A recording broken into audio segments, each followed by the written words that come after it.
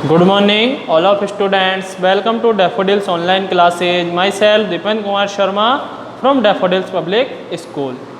Class 5th के EVS का हमने कल new chapter lesson number 25 our earth and space को स्टार्ट किया था एंड उसके बारे में डिस्कस किया। उसमें फर्स्ट क्वेश्चन सप्तऋषि कॉन्स्टलेशन के बारे में हमने डिस्कस किया और उसको जाना।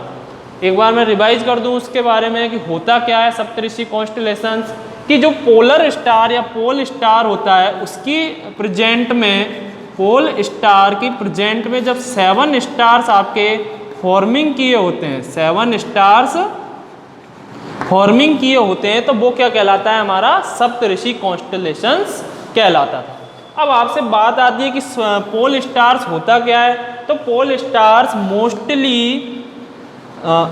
मोस्टली ब्राइट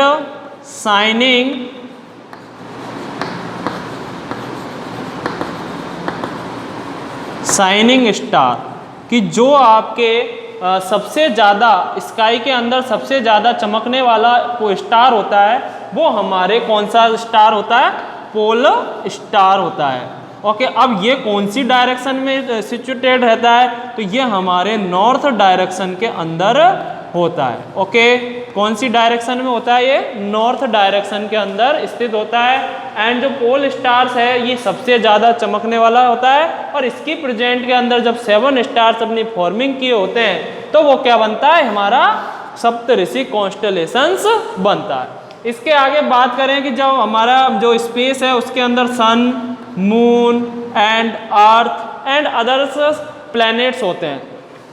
जो अर्थ है वो सन के सबसे ज़्यादा नज़दीक होती है। अर्थ सन के हमारे सबसे ज़्यादा नज़दीक होती थी, इसलिए सन हमें कैसा दिखाई देता है, बड़ा दिखाई देता है। लेकिन जो हमारे स्टार्स होते हैं वो हमें छोटे क्यों दिखाई देते हैं, स्मॉल कैसे दिखाई देते हैं, क्योंकि जो स्टार्स होते हैं वो अर्थ से मिलियंस किलोमीटर दूर स्थित हैं। इसके कारण ये हमें कैसे साइज में छोटे दिखाई देते हैं, क्योंकि ये पृथ्वी से बहुत ही ज़्यादा अधिक दूरी पर स्थित है।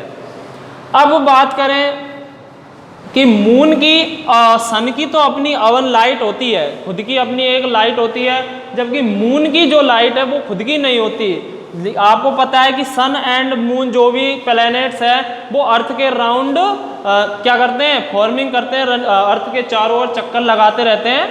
तो जो ये सन के चारों ओर चक्कर कौन लगाती है, अर्थ। तो ये जो सन एंड मून होते हैं तो मून के पीछे जब सन आता है तो सन की लाइट के कारण मून क्या करता है, शाइनिंग करने लग जाता है। क्योंकि जब सन की लाइट इस मून पे गिरती है तो मून कैसा करता है, शाइनिंग करता है। अब हम बात करेंगे आज का न्यू टॉपिक एस्ट्रोनॉट्स। हमारे जो इंडियन एस्ट्रोनॉट्स हैं, अंतरिक्ष यात्री हैं भारत के, उनके बारे में। तो आपकी बुक के अंदर 3 दिए गए हैं, राकेश शर्मा, कल्पना चावला एंड सुनीता विलियम्स। सबसे पहले मैं बता दूं राकेश शर्मा तो जो थे वो फर्स्ट इंडियन थे जो कि मून पर जिन्होंने सबसे पहला कदम भारत से रखा, तो वो कौन थे, Rakesh Sharma. Rakesh Sharma was born on January 13, 1949 इन पंजाब। इनका जन्म कब हुआ आपसे, 13 जनवरी 1949 में पंजाब के अंदर इनका जन्म हुआ था। किनका, राकेश शर्मा का। He was the first Indian astronaut to descend on the surface of moon। जो राकेश शर्मा है यह मून की स्पेस पर, मून की सरफेस पर उतरने वाले पहले भारतीय थे। सबसे पहले जो मून की जो सरफेस थी, सतह पर कौन उतरे थे, हमारे भारत से राकेश शर्मा उतरे थे। सेकंड है हमारी कल्पना चावला। इनके बारे में आपने सुना भी होगा और जाना भी होगा। जो Kalpana Chawla was born on July 1, 1961 in Karnal. जो कल्पना चावला थी उनका जन्म कब हुआ, 1961 1 जुलाई 1961 के अंदर करनाल में हुआ। जो ये she was the first Indian women astronaut. ये हमारी भारत की पहली महिला भारतीय अंतरिक्ष यात्री थी जो कि मून पर गई।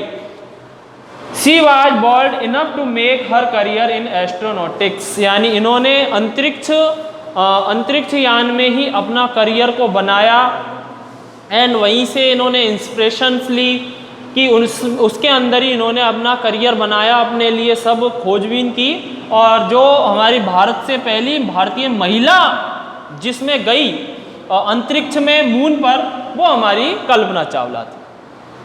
उसके बाद सुनीता विलियम्स के बारे में दिया नहीं गया है आपको, लेकिन मैं बता दूं जो सुनीता विलियम्स थी वो यंगेस्ट लेडी थी, सबसे कम उम्र की महिला, सबसे कम उम्र की महिला थी जो कि मून पर भारत से गई।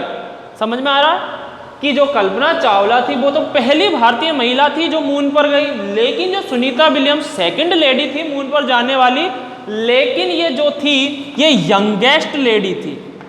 ये कैसी थी? यंगेस्ट लेडी, जो कि सबसे पहले सबसे कम उम्र की महिला जो कि कहाँ पर गई? हमारे स्पेस मून पर जाकर उतरी। इनके बारे में आपसे शॉर्ट नोट आता है तो आप इनको देखें और राइट कर ले अपनी नोटबुक के अंदर। तो लेट्स गाइज, आई होप आपको ये टॉपिक समझ में आया होगा। अगर कोई भी प्रॉब्लम हो तो आप अपने टीचर से कांटेक्ट कर सकते हैं। And stay home, stay safe and keep learning.